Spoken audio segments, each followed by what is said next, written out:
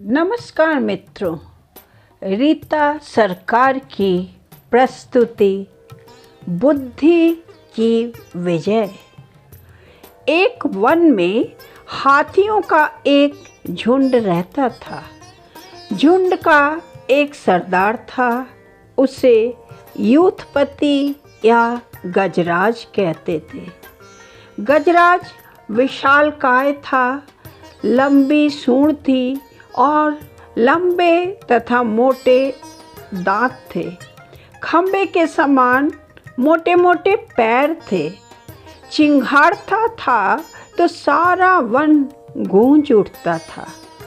गजराज अपने झुंड के हाथियों को बड़ा प्यार करता था। स्वयं कष्ट उठा लेता था, पर झुंड के किसी भी हाथी को कष्ट में नहीं पड़ने देता था। और सारे के सारे हाथी भी गजराज के प्रति बड़ी श्रद्धा रखते थे। एक बार जल वृष्टि न होने के कारण वन में जोरों का अकाल पड़ा। नदियाँ, सरोवर सूख गए, वृक्ष और लताएं भी सूख गई। पानी और भोजन के अभाव में पशु पक्षी वन को छोड़कर भाग खड़े हुए। वन में चीख पुकार होने लगी, हाय हाय होने लगी। गजराज के झुंड के हाथी भी अकाल के शिकार होने लगे। वे भी भोजन और पानी न मिलने से तड़प तड़प कर मरने लगे। झुंड के हाथियों का बुरा हाल देखकर गजराज बड़ा दुखी हुआ। वह सोचने लगा, कौन सा उपाय किया जाए जिससे हाथियों के प्राण बचे। एक दिन गजराज ने तमाम हाथियों को बुलाकर उनसे कहा, इस वन में न तो भोजन है न पानी है। तुम सब भिन्न भिन्न दिशाओं में जाओ, भोजन और पानी की खोज करो। हाथियों ने गजराज की आज्ञा का पालन किया। हाथी भिन्न भिन्न दिशाओं में छिटक गए। एक हाथी ने लौटकर गजराज को सूचना दी, यहाँ से कुछ दूर पर एक दूसरा वन है, वहाँ पानी की बहुत बड़ी झील है। वन के वृक्ष फूलों और फलों से लदे हुए हैं। गजराज बड़ा प्रसन्न हुआ। उसने हाथियों से कहा, अब हमें देर न करके तुरंत उसी वन में पहुंच जाना चाहिए, क्योंकि वहाँ भोजन और पानी दोनों है। गजराज अन्य हाथियों के साथ दूसरे वन में चला गया। हाथी वहाँ भोजन और पानी पाकर बड़े प्रसन्न हुए। उस वन में खरगोशों की एक बस्ती थी। बस्ती में बहुत से खरगोश रहते थे। हाथी खरगोशों की बस्ती से ही होकर झील में पानी पीने के लिए जाया करते थे। हाथी जब खरगोशों की बस्ती से निकलने लगते थे तो छोटे छोटे खरगोश उनके पैरों के नीचे आ जाते थे। कुछ खरगोश तो मर जाते थे, कुछ घायल हो जाते थे। रोज रोज खरगोशों को मरते और घायल होते देखकर खरगोशों की बस्ती में हलचल मच गई। खरगोश सोचने लगे, यदि हाथियों के पैरों से वे इसी तरह कुचले जाते रहे तो वह दिन दूर नहीं जब उनका खात्मा हो जाएगा।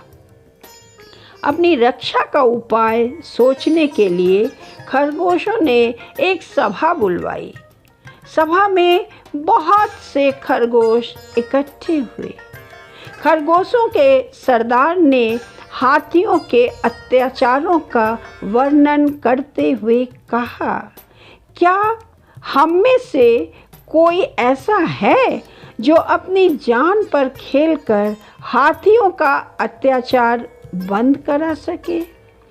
सरदार की बात सुनकर एक खरगोश बोल उठा, यदि मुझे खरगोशों का दूत बनाकर गजराज के पास भेजा जाए तो मैं हाथियों के अत्याचार को बंद करा सकता हूँ। सरदार ने खरगोश की बात मान ली और उसे खरगोशों का दूत बनाकर गजराज के पास भेज दिया। खरगोश गजराज के पास जा पहुंचा। वह हाथियों के बीच में खड़ा था। खरगोश ने सोचा वह गजराज के पास पहुंचे तो किस तरह पहुंचे। अगर वह हाथियों के बीच में घुसता है तो हो सकता है हाथी उसे पैरों से कुचल दे। यह सोचकर वह पास ही की एक ऊंची चट्टान पर चढ़ गया। चट्टान पर खड़ा होकर उसने गजराज को पुकार कर कहा, गजराज, मैं चंद्रमा का दूत हूँ। चंद्रमा के पास से तुम्हारे लिए एक संदेश लाया हूँ। चंद्रमा का नाम सुनकर गजराज खरगोश की ओर आकर्षित हुआ। उसने खरगोश की ओर देखते हुए कहा, क्या कहा तुमने? तुम चंद्रमा के दूत हो? तुम चंद्रमा के पास से मेरे लिए क्या संदेश लाए हो? खरगोश बोला, हाँ गजराज, मैं चंद्रमा का दूत हूँ। चंद्रमा ने तुम्हारे लिए संदेश भेजा है। सुनो, तुमने चंद्रमा की झील का पानी गंदा कर दिया है। तुम्हारे झुंड के हाथी खरगोशों को पैरों से कुचल कुचल कर मार डालते हैं। चंद्रमा खरगोशों को बहुत प्यार करते हैं, उन्हें अपनी गोद में रखते हैं। चंद्रमा तुमसे बहुत नाराज हैं।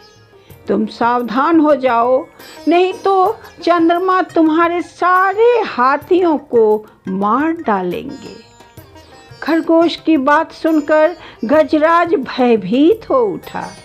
उसने खरगोश को सचमुच चंद्रमा का दूत और उसकी बात को सचमुच चंद्रमा का संदेश समझ लिया। उसने डर कर कहा, यह तो बड़ा बुरा संदेश है। तुम मुझे फौरन चंद्रमा के पास ले चलो। मैं उनसे अपने अपराधों के लिए क्षमा याचना करूंगा। खरगोश गजराज को चंद्रमा के पास ले जाने के लिए तैयार हो गया। उसने कहा, मैं तुम्हें चंद्रमा के पास ले चल सकता हूँ, पर शर्त यह है कि तुम अकेले ही चलोगे। गजराज ने खरगोश की बात मान ली। पूर्णिमा की रात थी। आकाश में चंद्रमा हंस रहा था। खरगोश गजराज को लेकर झील के किनारे गया।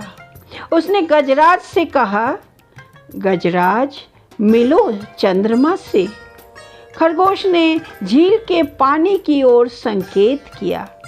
पानी में पूर्णिमा के चंद्रमा की परछाई साफ साफ दिखाई पड़ रही थी। गजराज ने परछाई को ही चंद्रमा मान लिया। गजराज ने चंद्रमा से क्षमा मांगने के लिए अपनी सूंड पानी में डाल दी। पानी में लहरें पैदा हो उठी, परछाई अदृश्य हो गई। गजराज बोल उठा, दूत, चंद्रमा कहाँ चले गए? खरगोश ने उत्तर दिया, चंद्रमा तुमसे नाराज हैं। तुमने झील के पानी को अपवित्र कर दिया है। तुमने खरगोशों की जान लेकर पाप किया है, इसलिए चंद्रमा तुमसे मिलना नहीं चाहते। गजराज ने खरगोश की बात सच मान ली। उसने डर कर कहा, क्या ऐसा कोई उपाय है जिससे चंद्रमा मुझसे प्रसन्न हो सकते हैं? खरगोश बोला, हाँ है। तुम्हें प्रायश्चित करना होगा। तुम कल सवेरे ही अपने झुंड के हाथियों को लेकर यहाँ से दूर चले जाओ। चंद्रमा तुम पर प्रसन्न हो जाएंगे। गजराज प्रायश्चित करने के लिए तैयार हो गया। वह दूसरे दिन हाथियों के झुंड सहित वहाँ से चला गया।